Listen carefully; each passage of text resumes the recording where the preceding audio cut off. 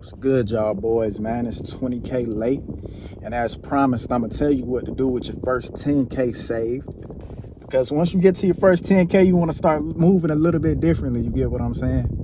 Now you can start to let your money actually work for you now, since you're not really too pressed about stacking it now, right? You got a little bit of cushion. You got a little bit to work with now. You got a little leeway.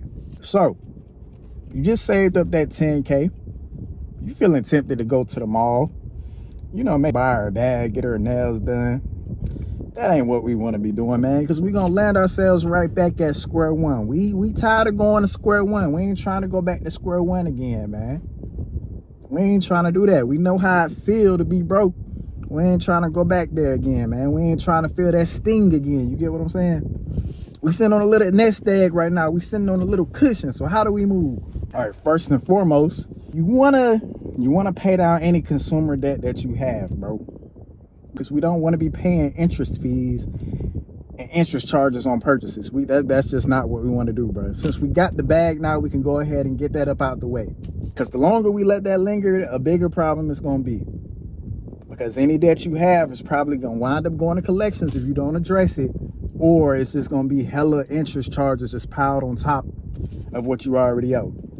So what we want to do is, man, we just want to develop a plan on how we're going to pay down this debt, man. Either you can just go ahead and pay it in one lump sum, or you can just start making additional payments on it. Instead of paying that minimum, we can go ahead and put 2 times the minimum payment on it, or however much you feel is necessary to put on it in order to go ahead and get that paid down. Before we start making any investments, we want to address any consumer debt that we have, or any debt in general. Because again, that debt is just going to hold you back. Of course, there's good debt and bad debt, but in general, we want to start paying that down. Now, you can go about doing it the Dave Ramsey way, where we can use the snowball method. You can start with the smallest that you have and, use the momentum of paying the smaller debts down to pay the bigger ones off. Now, you can go about doing it that way. In the past, I usually just try to tackle the biggest debt first. Just go ahead and get it out the way. But the snowball method is probably the better way about going about doing it, because again, you'll be clearing out debt faster, and you can use those small victories and momentum to keep it going. So after we get done with the consumer debt, what we want to do is we want to start making investments. We want to start making investments. We can start making an easy investment. Since we're not too pressed about seeing hella money coming to our account every pay period, what we can do is we can start making more contributions towards our 401k. Now, I know everyone doesn't work a traditional 9 to 5, and they might not have the benefit of just having their payroll deducted into a 401k or into an IRA. But if you do have that ability, just go ahead and start adding more money into your retirement accounts, man. It's free money. Again, especially if you get employer match, it's free money. Like I told y'all previously, man, my employer matches whatever I contribute. They match 50% of that. So if I throw in 20 every pay period, they add in an additional 10 on top of that. And it's just compounding over time. Eventually, we want to get to the point where we max out our retirement account. So if you got a 401k, you can put up to $23,000 in there each year. On top of that, you get you an IRA account, whether that be Roth or traditional. Now you can add an additional whatever the amount is for an IRA account. And now we just letting our money just grow. Our money just sitting there. Now you can also go about getting a health savings account. You can also do that as well. I'm not too well versed on that one just yet. I got to read more into it. But right now, I know I am focusing on my 403B because I actually work at a nonprofit. So I'm actually focusing on that. And again, I get 50% back on whatever I contribute.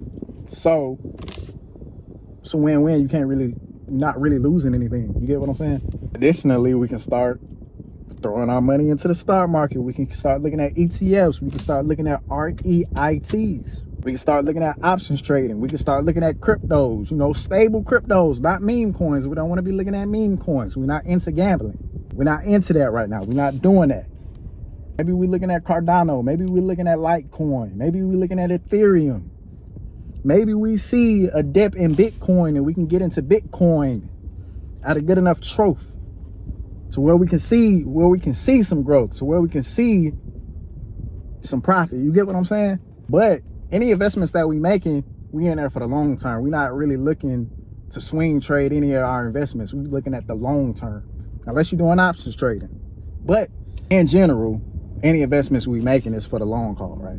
And of course, you want to be putting your money into a high yield saving account. Like me, I just switched over to SoFi.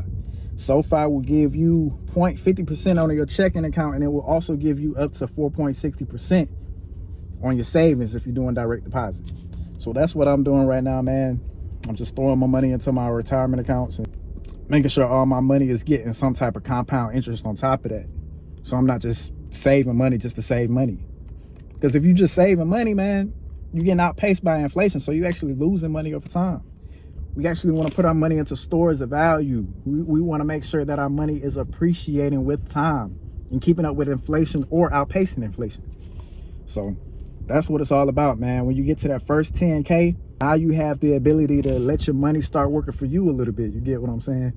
Now, I still recommend saving that 20K up. 20K is better than 10K. You got double the freedom of what you have at 10K. It's just that greater. It might take you a little longer to get there, but once you get there, you got greater flexibility. You can do a little bit more. Your money actually carries you a little bit more. Like I said, once you start investing money, your money starts growing exponentially. It just compounds over time. And as it's doing that, it gets easier. It gets easier to make certain moves. You got a little bit more freedom to move how you want, so you're not really as beholden to an employer or to doing certain things as you were previously when you didn't have that bag. Like I said, man, the bag gonna put everything in motion, man. Do not lose the plot, man. Focus on the plot. Do not fall into FOMO, bro. It's okay. Wherever it is that you want right now, that's gonna cost you money, bro. It will be there when you get that 10K, when you get that 20K. Trust me. Them shoes that you want, it's always gonna be some shoes, bro. It's always gonna be some shoes, bro. It's always gonna be that car that you want. It's always gonna be there, man. Next year might be some shit that you want even more. And now you'll have the bread to actually put some money on it. But right now, we're not worried about that, bro. Like I said, man, we got 4 more months to make life fair, bro. We just gotta hold out them 4 months, man. We not really missing nothing, bro. We not missing shit, bro. Do not lose the plot, man. Tunnel vision on the goal, man. Tunnel vision on the goal. We almost there, bro. We almost there, bro. We in the home stretch right now, bro. We doing that victory lap. We done overlapped our opponents, man. We about to make these moves, man. You probably already at that 10K, man. Start implementing some of the stuff that I already said in the video. Start implementing that, man. You probably got some debt, man. You might got a couple credit cards you ain't paid off. They probably about to get charged off, or you got some collections.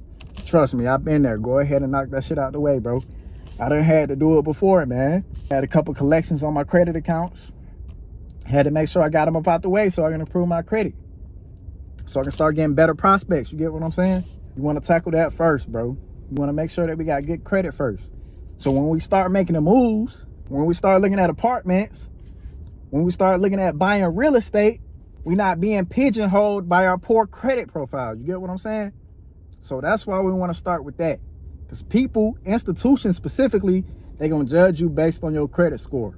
Your credit is your face card.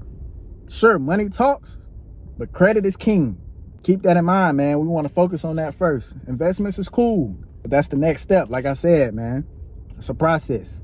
It's a process. We got to start at step 1 of the process. When you skip steps, that's when you start introducing problems. We don't want to introduce no more problems, bro. Let's just follow the standard operating procedure so we can get to our end goal with as little difficulty as possible.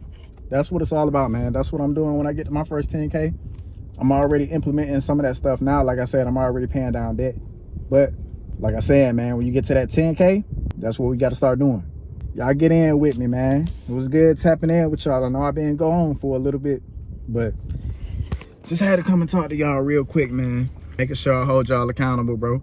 So yeah, man, get in with me, man. Let me know what y'all got going on. If you know what else you can do with 10K, maybe something I neglected to mention, drop it in the comments, man. Let's have a discussion. Something I neglected to mention now, when you considering either Roth or traditional, is benefits to both. It just depends on what you want to do, man. Where you at currently in your life? What's your situation? With a traditional, you getting taxed when you decide to withdraw your retirement, right? But the benefit to a traditional is you get to reduce your taxable income with the contributions that you make. Now, Roth is pretty much the opposite. Any contributions you make into your Roth IRA is pre-tax. So that means you're already paying a tax on it, but when you go to withdraw, you no longer have to worry about that penalty. You're not getting taxed when you choose to withdraw that money. But the downside to that is any contributions you make into your Roth, you don't get the benefit of reducing your taxable income. So it just depends on what you want to do, man.